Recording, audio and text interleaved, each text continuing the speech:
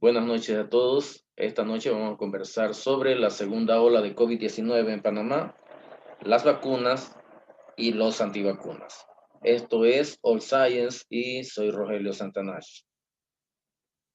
Para comenzar, debemos entender algunos conceptos que ya habíamos explicado antes. Por ejemplo, voy a recordar una gráfica que presenté hace varios meses ya cuando estábamos en pleno confinamiento aquí en Panamá. Todos estábamos en ese momento en la casa y estábamos tratando de eh, predecir cuáles eran las posibilidades de todos en los siguientes días. En aquellos días presenté esta gráfica. En la gráfica ustedes pueden ver una línea negra constante que la he puesto arbitrariamente en esa posición y la ponemos como RT. Y se refiere al valor de número de contagios nuevos con respecto al número de contagios ya establecido. Básicamente eso es lo que es, aunque hay un coeficiente hay que añadir, pero básicamente es eso, cuántos contagios había nuevos y cuántos habían ya previamente. Esa comparación nos da el RT y la gráfica, la línea, perdón, la curva celeste o azul, nos indica lo que se podría predecir que podría pasar sin un control de ninguna naturaleza. O sea, que todas las personas saliéramos y nos enfermáramos de la forma normal en que se enferma uno de una gripe o una influenza o un resfriado y que todos estuviéramos en contacto unos con otros. Nos íbamos a encontrar con gente inmune, gente asintomática, gente a la que los síntomas se le presentan muy leves, gente a la que se le presentan síntomas graves y gente que podría morir por la enfermedad. Resulta que esa curva era la que le teníamos miedo todos en ese momento, porque no sabíamos cómo se iba a controlar eso, no se sabía nada de la enfermedad.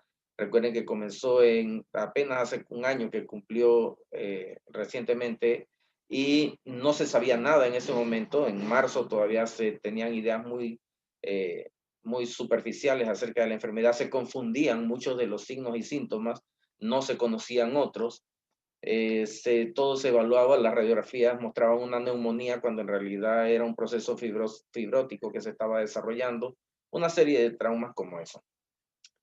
Si hubiésemos dejado sin control a la enfermedad y nuestro gobierno no hubiera tomado ninguna medida de confinamiento ni nada de eso, todos habríamos salido a la calle y habríamos tenido probablemente un 60% de contagios. De esos 60% de contagios, bueno, 60% de contactos, más bien, que podrían generar un gran número de contactos inmunes, o sea, personas que no se van a enfermar bajo ninguna circunstancia, un grupo grande de contagios asintomáticos, personas que van a tener el virus y pueden contagiar a otros, pero que ellos mismos no van a tener los síntomas ni van a sufrir la enfermedad.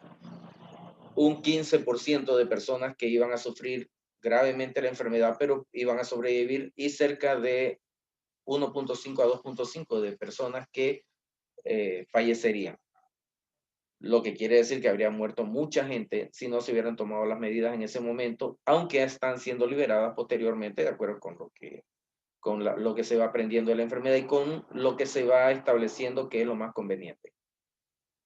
Pero les presenté una curva como la que está en naranja en la parte de abajo y que son las curvas que se presentaron de acuerdo con las restricciones.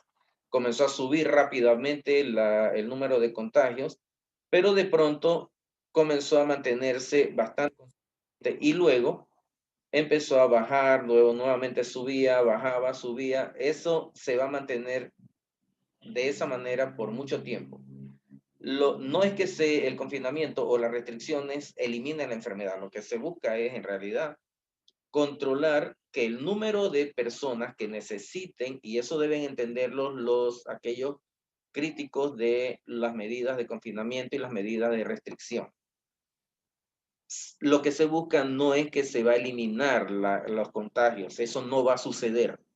Lo que se busca es que el número de personas que lleguen al hospital se puedan atender, que el sistema sanitario, eso se está pensando en todo el mundo, que el sistema sanitario no colapse, ¿ya?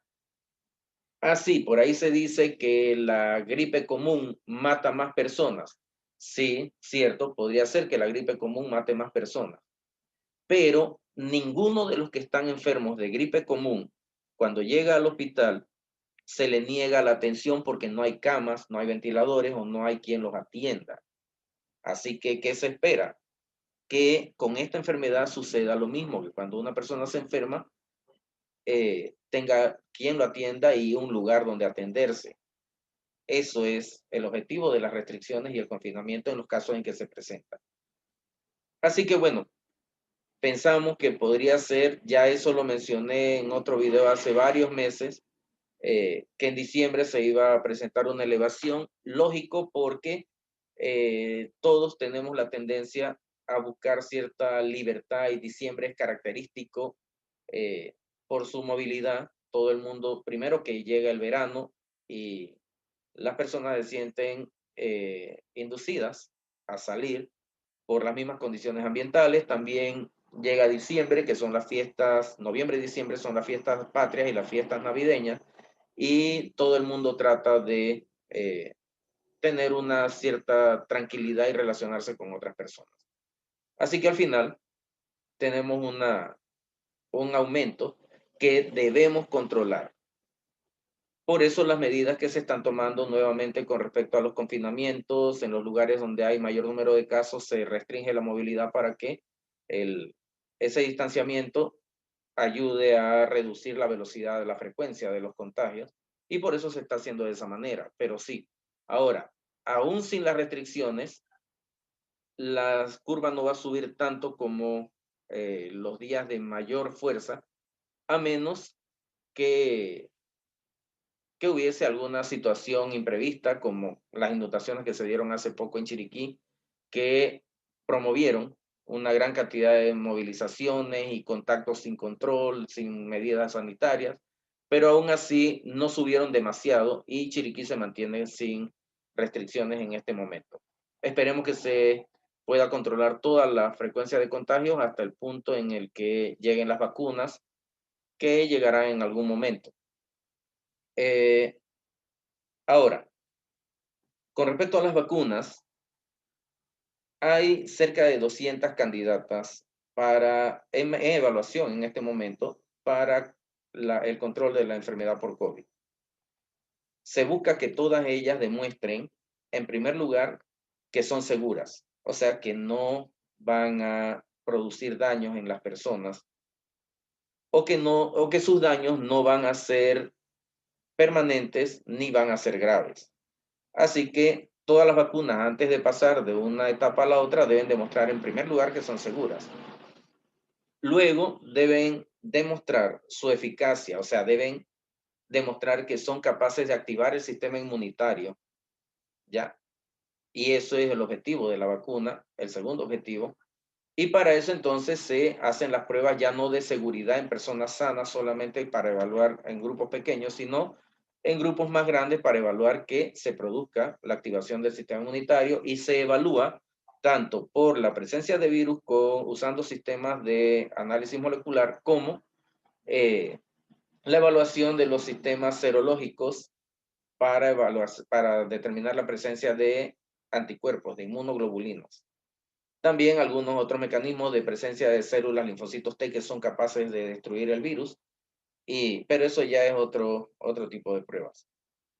Y en tercer lugar, deben probar que son efectivas, o sea, que realmente nos protegen contra la enfermedad, que los anticuerpos que nos hacen producir esas vacunas y que las células linfocitos T que ellas estimulan son efectivas eliminando los contagios.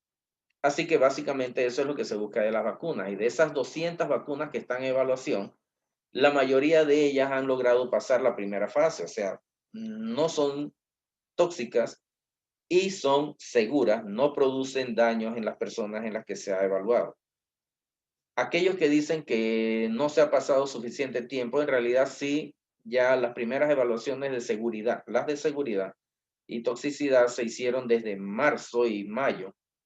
Así que ya se tienen varios meses, de hecho, 7, 8 meses desde la aplicación, y los pacientes que se siguen evaluando no tienen efectos secundarios dentro del plazo que se está evaluando. También hay un número bastante alto que se encuentra en la fase 2, o sea, están probando que sí generan los anticuerpos en los usuarios y que tienen también la posibilidad de estimular la producción de linfocitos T específicos, que se encarguen de protegernos contra el virus. Pero esas son 200 vacunas, no vamos a hablar sobre ellas, vamos a hablar sobre las 9 más adelantadas. Esas 9 vacunas que son las más adelantadas están resumidas en este cuadro. Todas ellas están en fase 3, obviamente. Así que vamos a hablar sobre ellas y voy a concentrarme más en las que tenemos más cerca en este momento. La del el Instituto de Productos Biológicos de Wuhan, de Sinopharm, trabaja con partículas inactivadas, lo mismo que las del Instituto de Productos Biológicos de Beijing, que también es de Sinopharm. Las dos son la misma empresa que tiene dos sedes trabajando en la producción de vacunas, en el diseño de vacunas más bien, y trabajan con partículas inactivadas. Ahora, ¿qué tienen de problema esas vacunas de los chinos, que uno llama las vacunas de China? Las vacunas de China están hechas de partículas inactivadas. ¿Qué quiere decir eso? Que son virus. Esos viriones que han sido inactivados se les aplican o sustancias que son sustancias químicas que dañan la estructura molecular de las proteínas y los lípidos que forran al virus, o algunas proteínas de la cápside, que es como una cápsula que encierra el ARN dentro del virus. Son partículas del virus que están completas, pero se han inactivado por deterioro de la estructura misma de las proteínas, de las moléculas que forman el virus. Tiene varias complicaciones. Una, producir las partículas de virus implica que se tienen que generar dentro de células vivas. Eso quiere decir que se trabaja en grandes reactores con células disueltas, células en solución dentro de ese cultivo, con aplicar controles de pH, control de oxígeno, control de eliminación de desechos y todo. Y dentro de eso están generándose, dentro de las células que crecen allí, se aplica el virus y ese virus se comienza a reproducir. Al final se hace un filtrado y se eliminan las células y todo el resto de los componentes de la solución y solo quedan las partículas virales que probablemente se capturen adhiriéndolas a una superficie electrocargada que hace que ellas se adhieran allí y luego esas partículas son entonces bañadas con las sustancias químicas que las inactivan o irradiadas con radiación que les anula ciertos componentes. Pero implica que hay una producción en reactores en grandísimas cantidades porque estamos hablando de la posibilidad de generar cientos de millones y probablemente miles de millones de dosis, lo que quiere decir que estamos hablando de grandes cantidades de líquido en grandes reactores con todas las posibilidades intermedias de que las personas que están trabajando en eso se contagien y que haya una gran cantidad de enfermos. Se toman las precauciones, pero en grandes cantidades es difícil de controlar todo. El otro problema es que habría que ver si el daño de las partículas no inactiva su capacidad de generar eh, las sustancias inmunológicas dentro de nuestro organismo o las células inmunológicas que se deben generar dentro del organismo, porque ya están tan dañadas que no se parecen al virus original o que no se irradian o no se tratan con químicos lo suficiente como para inactivarlas a todas y podría haber algunas vacunas con partículas virales activas que no fueron inactivadas, así porque el rango entre inactivar el virus y dañar el virus totalmente para que no sirva como vacuna es bastante leve, es breve y podrían haber, si no se calcula bien y no se hace un buen control de las vacunas, podría haber una falta de uniformidad en las dosis producidas y podrían salir dosis muy efectivas que controlan la enfermedad por un lado, pero podrían estar inyectando partículas activas en otras personas que se desarrollan mucho más rápido, porque el sistema inmunológico se activa en 3 semanas mínimo, mientras que la enfermedad se desarrolla en 9 días, lo que quiere decir que estaríamos enfermándonos antes de que la vacuna nos produzca una estimulación del sistema inmunológico. Lo que quiere decir que todavía la fase de producción misma industrial de la vacuna en China va a ser difícil. De hecho, ellos estaban bastante adelantados con respecto a los demás y se han ido rezagando por eso. Están en la fase 3 y probablemente ya superaron en grupos relativamente grandes la inocuidad, o sea, que sea segura, pero habría que ver qué tanto se puede producir a nivel industrial. Queda la vacuna de Oxford, la asociación de la Universidad de Oxford y AstraZeneca, que tiene un subcontrato con una empresa inglesa llamada KM. Se produce con un vector viral no replicante. Todas las que voy a hablar ahora son producidas con excepción de la Novavax, son producidas con vectores virales no replicantes. Se utiliza un virus, y fíjense bien porque hay un video de una doctora, ella dice que es médico y tiene también en su video un audio de otra persona que dicen que es médico. No sé cómo pueden ser médicos hablando como habla en ese video, pero ella incluso señala el empaque de la vacuna que se usó para hacer las pruebas y señala que ahí dice ChAdOx 1S. ChAdOx 1S, y ella dice que ese ChAdOx 1S es un código para determinar que la vacuna está hecha con ARN de embriones de 14 meses 14 semanas abortados. En realidad, ChAdOx 1S quiere decir que es un virus que es un adenovirus, por eso el AD, de chimpancé, por eso la CH. Chad quiere decir adenovirus de chimpancé. Ox quiere decir el desarrollo que tuvo la universidad. Y 1S quiere decir que es dirigido, o sea, el ARN que se está usando y se introduce en el virus es la proteína 1 de Spike, adicional al resto. Ahora, ellos tienen subcontratado, KM tiene subcontratado también a Mamchiens, y Mamchiens es una empresa que es capaz de producir, como una subsidiaria de KM, es capaz de producir hasta 100 millones de dosis en un año. Pero 100 millones de dosis no es mucho si tomamos en cuenta que se va a distribuir a nivel mundial. Pero sí, son capaces de producirlo, y el vector viral tiene una ventaja. El vector viral no replicante, tiene una ventaja, y es que esos vectores virales no replicantes son solo un segmento de ARN mensajero. Ese ARN mensajero es un ARN que no pasa por el núcleo de las células. El ARN, el núcleo de las células humanas y de las células de los mamíferos, el núcleo de las células humanas no tiene forma de introducir el ARN mensajero al núcleo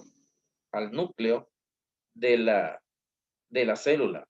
Lo que quiere decir que jamás entra en contacto con los cromosomas, y por tanto, ese ARN mensajero no se va a unir al cromosoma y no debe producir mutaciones celulares, porque el ARN mensajero puede salir del núcleo. De hecho, se produce dentro del núcleo y hay proteínas que lo transportan hacia el exterior a través de unos poros nucleares, se llaman.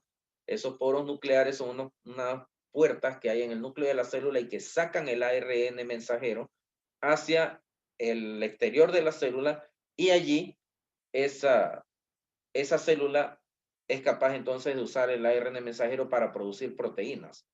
Pero en este caso el virus introduce el ARN mensajero, se queda fuera del núcleo y pasa directo a algo que se llama ribosomas dentro de la célula, que es donde se producen las proteínas, pero el ARN nunca entra al núcleo de la célula. De hecho, ya les dije, no hay puerta de entrada del ARN mensajero hacia el núcleo celular. Ese es el tipo de vectores virales no replicantes. El ChAdOx1S que se menciona no son células de embriones de 14 semanas abortados, como dice la doctora esta que no tiene idea de lo que está hablando. Son el código para determinar que es un adenovirus de chimpancé que fue aislado por Oxford y registrado por ellos, y que codifica, o sea, encierra el ARN de la proteína 1S, que también se incluye la proteína 2, que es la principal, pero el vector inicial es ese. También se tiene el Instituto Biotecnológico de Beijing, la CanSino Biological Inc. produce un vector de adenovirus tipo S no replicante que es similar al de AstraZeneca, pero ese no ha revelado todavía, ellos no han publicado en realidad en qué consiste la vacuna de ellos. Está en fase 3, pero ellos no están aparentemente en la carrera porque hasta donde he podido revisar, ellos no están llamando a gobiernos para hacer contratos, ni conozco, no hay en la literatura, no se mencionan gobiernos que estén contratando a CanSino Biological Inc. Tampoco se sabe quién los va a producir, aunque considerando que China es una nación que se caracteriza por ser industrial, yo me imagino que esos laboratorios tienen sus propias fábricas, sus propias industrias para la producción y el empaque de las vacunas. Así que hay que esperar a ver que ellos publiquen, los chinos publiquen, alguno de esos laboratorios publique sus resultados. También está Gamaleya Research Institute, que es el Instituto de Investigaciones de Gamaleya en Rusia. También trabajan con ADN viral replicante, también trabaja con adenovirus, pero en este caso ellos trabajan con adenovirus humanos. Ellos estaban muy adelantados porque ya ellos estaban trabajando con adenovirus humanos desde antes de la pandemia. Ellos solo hicieron fue modificar los procedimientos para redirigir sus investigaciones hacia la producción de vacunas contra el coronavirus, nuestro coronavirus, el actual. Novavax, ellos están trabajando con nanopartículas de glucoproteína de SARS-CoV-2 de longitud completa y se adyuvan con una matrix M. Eso quiere decir que están trabajando con, y este también es un concepto que están utilizando los antivacunas para malinformar. Nanopartículas se refiere al tamaño de las partículas. No quiere decir que sean como el concepto que la mayor parte de la gente conoce, el de nanorobots, que es el que aparece en las películas y todo eso. Ellos lo relacionan y dicen que son nanorobots que nos van a controlar desde adentro. No, se refiere a nanopartículas. ¿Qué quiere decir eso? Que son partículas tan pequeñas que su medida se hace en nanómetros. Un nanómetro es una milésima de millonésima de metro, ¿ya? Ustedes dividen un metro en 1000 y es un milímetro. Si dividen un milímetro en 1000 es un micrómetro. Y si dividen un micrómetro en 1000 partes es un nanómetro. Las medidas acá se utilizan en nanómetros y por eso se le llaman nanopartículas. El tamaño de las partículas se mide en nanómetros. Son como bolitas de grasa que dentro tienen algunas proteínas. Bueno, básicamente son una mezcla, va más bien de proteínas y lípidos y grasas que envuelven a esa proteína que tiene también adherida azúcar a la estructura y que generan la producción de anticuerpos contra esa glucoproteína que es del virus. Pero nanopartículas se refiere al tamaño, lo mismo que podríamos hablar, por ejemplo, cuando ustedes hablan de kilofauna de un lugar, se refiere a todos los animales que pesan más de 1000 gramos, porque kilo significa 1000. Entonces, 1000 gramos, cualquier cosa que pese más de 1 kilogramo, como un perro, sería parte de la kilofauna. La megafauna serían algo así como todo lo que pese más de 10.000, perdón, de 1 millón de gramos, lo que quiere decir que cualquier cosa que pese más de 1000 kilogramos sería megafauna. 1000 kilogramos son un bisonte o un rinoceronte o un hipopótamo, son parte de la megafauna. Y gigafauna sería lo que tenga 1 millón de gramos, lo que quiere decir que animales muy grandes son los que se conocen como gigafauna y se les llama por lo general gigantes de la fauna. Entonces, por eso, porque son gigas. Pero nano se refiere a nanopartículas, no al tamaño, se mide en nanómetros. Moderna, que ya la hemos explicado antes, está hecho de ARN mensajero encapsulado también en nanopartículas lipídicas. En este caso sí son burbujas completas de lípidos que encierran al ARN dentro de esa partícula. Y ese ARN mensajero es capturado por las células epiteliales y ahí se desarrolla la proteína que al salir de la célula entonces estimula la producción de anticuerpos y células. También está la que se está negociando más cercano con nosotros, que son las de Oxford y AstraZeneca, y la de Pfizer, que la produce una empresa Fosun Pharma de Pfizer, que es una subsidiaria de Pfizer, y BioNTech. Entiendo que ellos también tienen su contrato con KM, y ellos también producen 3 tipos de ARN mensajero combinados en nanopartículas lipídicas, iguales que la de Moderna, y muy parecidas a las de Oxford y AstraZeneca. Todas ellas, en realidad de todas ellas, las que nos interesan serían la de AstraZeneca, la de Gamaleya, que está muy adelantada, la de Moderna y la de Pfizer. Principalmente la de Oxford, Moderna y Pfizer por las características que tiene en términos políticos. Pero lo que sí tenemos que tener seguro es que las empresas que nos vendan a nosotros va a ser una de ellas. Y probablemente a Costa Rica le venda otra o la misma y a Estados Unidos le venda otra o la misma. Pero ninguno de ellos va a inundar el mercado porque ninguno de ellos puede hacerlo. Todos ellos van a producir entre 25 millones y 100 millones de dosis en los próximos 8 meses. Y en ese tiempo se van a distribuir todas las vacunas que se puedan. Así que no podemos decir que una de esas empresas es la que determinó todo. De hecho, se decía que los chinos habían inventado el virus porque querían vender las vacunas y que ellos la tenían. Y si se fijan bien, están tan retrasados que ya se demostró que no fue así. Así que básicamente eso es lo que se tiene con respecto a la gente. Así se produce una vacuna y esta es una parte de una empresa que produce vacunas en Estados Unidos.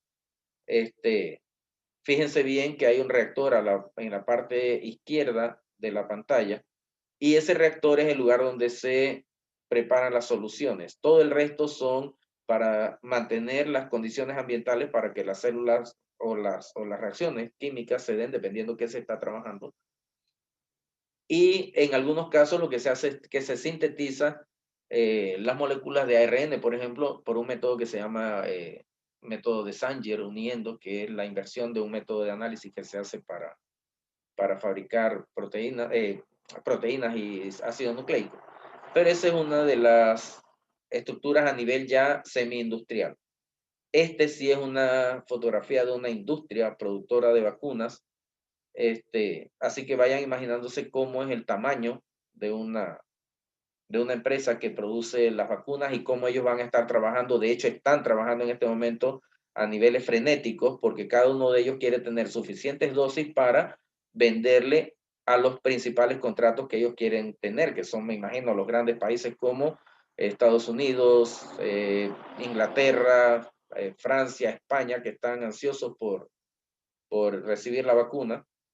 Así que ellos están produciéndola en grandes cantidades. Diferentes empresas en diferentes lugares del mundo están produciendo. De hecho, Argentina, que está cayendo en este momento en un régimen socialista que está destruyendo su economía, podría salvarse a nivel de la empresa porque una de las empresas, la INSU, Manches, es parte de la industria argentina. Así que eso les salvaría el trabajo a mucha gente. Luego se transporta a los lugares donde se almacena. Primero se llevan desde la empresa, la industria donde se producen, la planta donde se producen, a un almacén y debe moverse a través de aviones y autos que tienen que tener, camiones que tienen que tener refrigeración, porque se manejan a temperaturas muy bajas. La de AstraZeneca se trabaja a -20 grados, pero se puede almacenar incluso a 0 grados. La de Pfizer se tiene que manejar hasta -30, 40 y algunos dicen que a -70 grados con nitrógeno líquido, lo que la hace poco viable por el sistema que se tiene que usar para manejarlo en los países donde se va a trabajar. Y hablamos de muchos lugares, así que hay que modificar eso en cuanto a cómo se va a transportar. Pero la de AstraZeneca y la de Moderna se trabajan, y la de Gamaleya también se trabajan a temperaturas mucho más aceptables, entre 0 y 4 o 5 grados, que es la temperatura de una nevera normal. Se pueden utilizar aviones de carga muy grandes. De hecho, leí que se están contratando belugas para transportar las vacunas.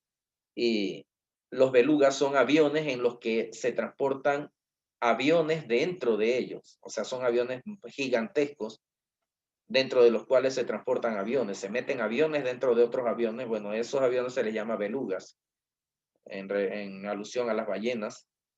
Y algunas empresas están evaluando el transporte en belugas que solo se detendrían a descargar las dosis en unos lugares y moverse inmediatamente a otros lugares a transportar dosis a otra parte.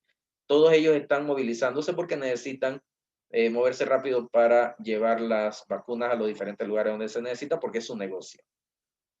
Cuando llegan a los lugares se van a almacenar en frigoríficos muy grandes y luego deben transportarse al lugar de aplicación. En esta forma se van a tener que aplicar en filas muy largas y rápidamente, porque desde que el momento que se saca de la vacuna de la nevera hasta la aplicación solo pueden pasar 1 o 2 minutos y se deben aplicar de inmediato. Así que se preparan 3, 4 dosis de un solo golpe y se aplican a 3, 4 pacientes por vez. Así que la aplicación va a ser muy, muy rápida en el momento que se empiecen a hacer los trabajos de aplicación. Y se transportan en neveras como esta. Algunas modificaciones se pueden ver después.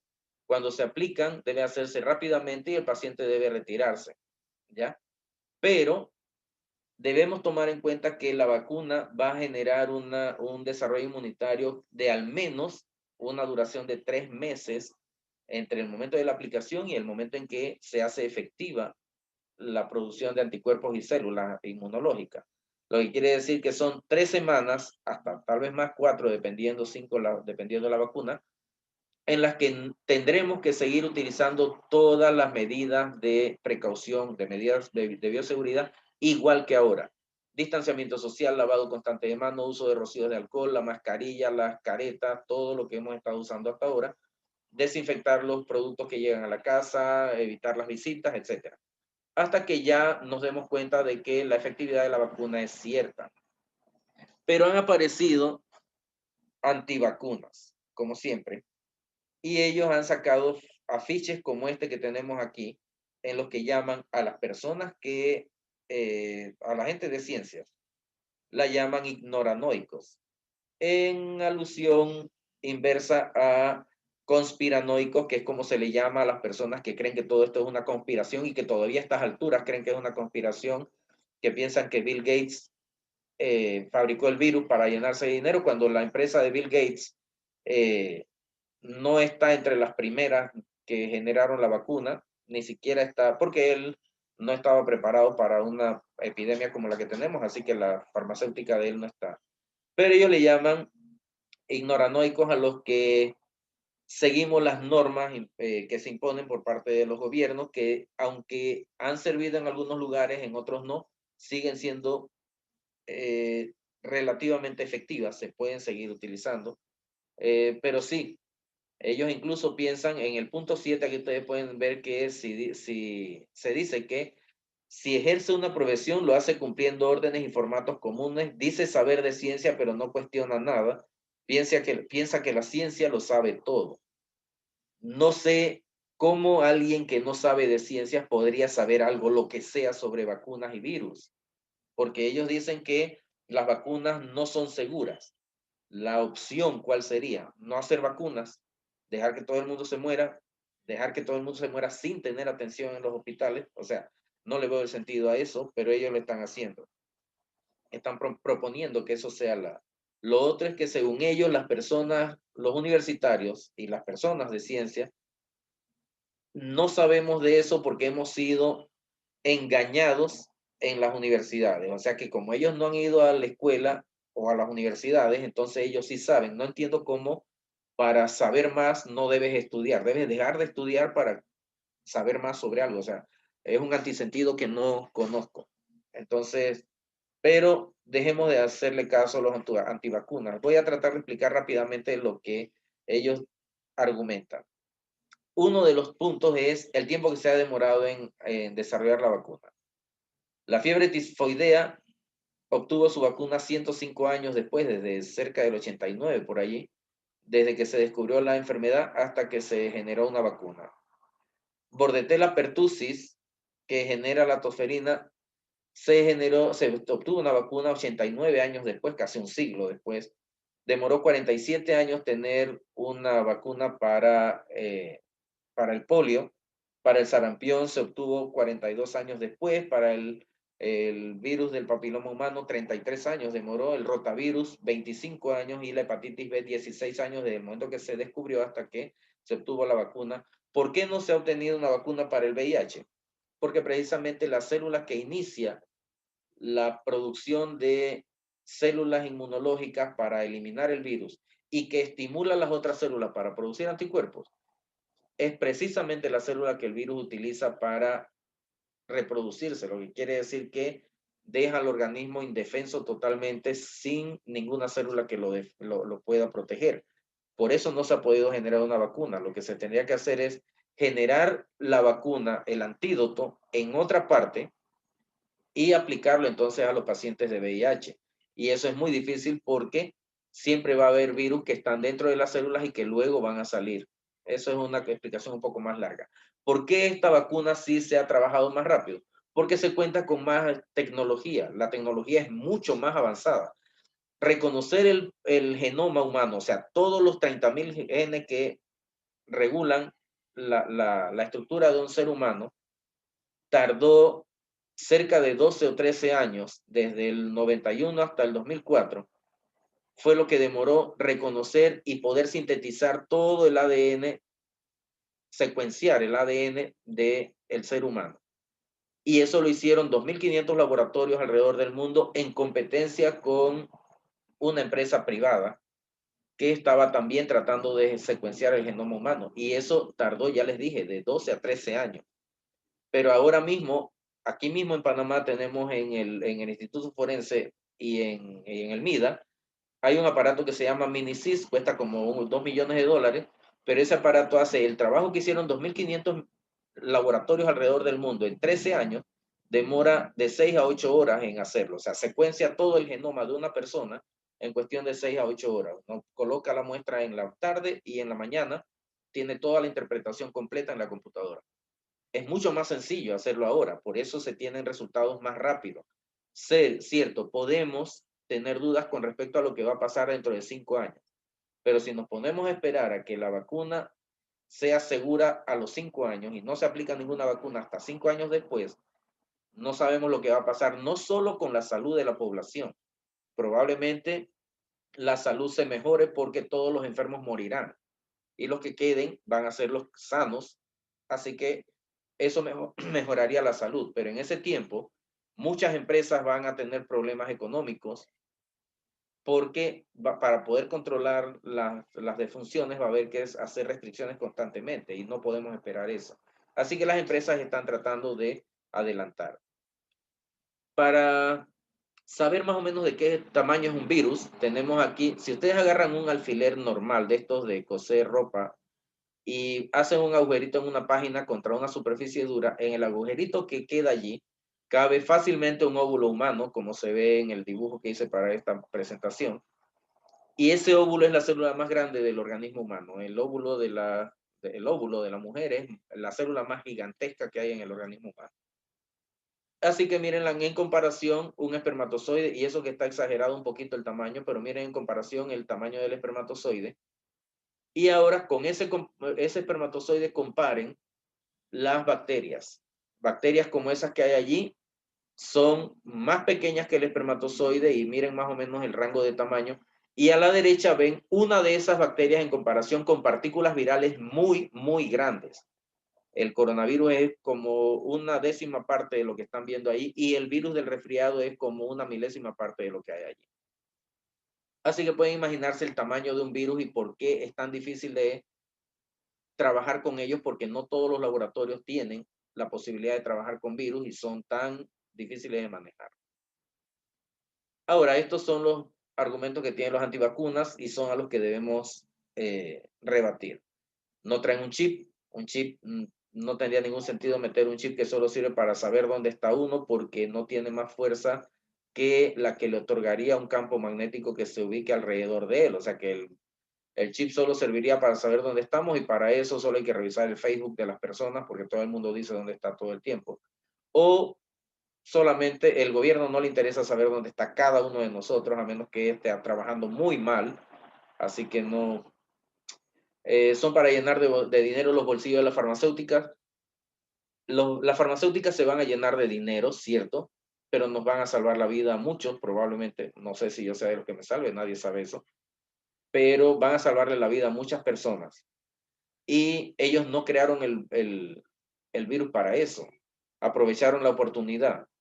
En realidad, las personas que les vendió las mascarillas a $50 al principio del confinamiento, no creó el virus para venderle las mascarillas a $50. Aprovechó la coyuntura y, de acuerdo con la demanda, elevó los precios y se hizo de dinero.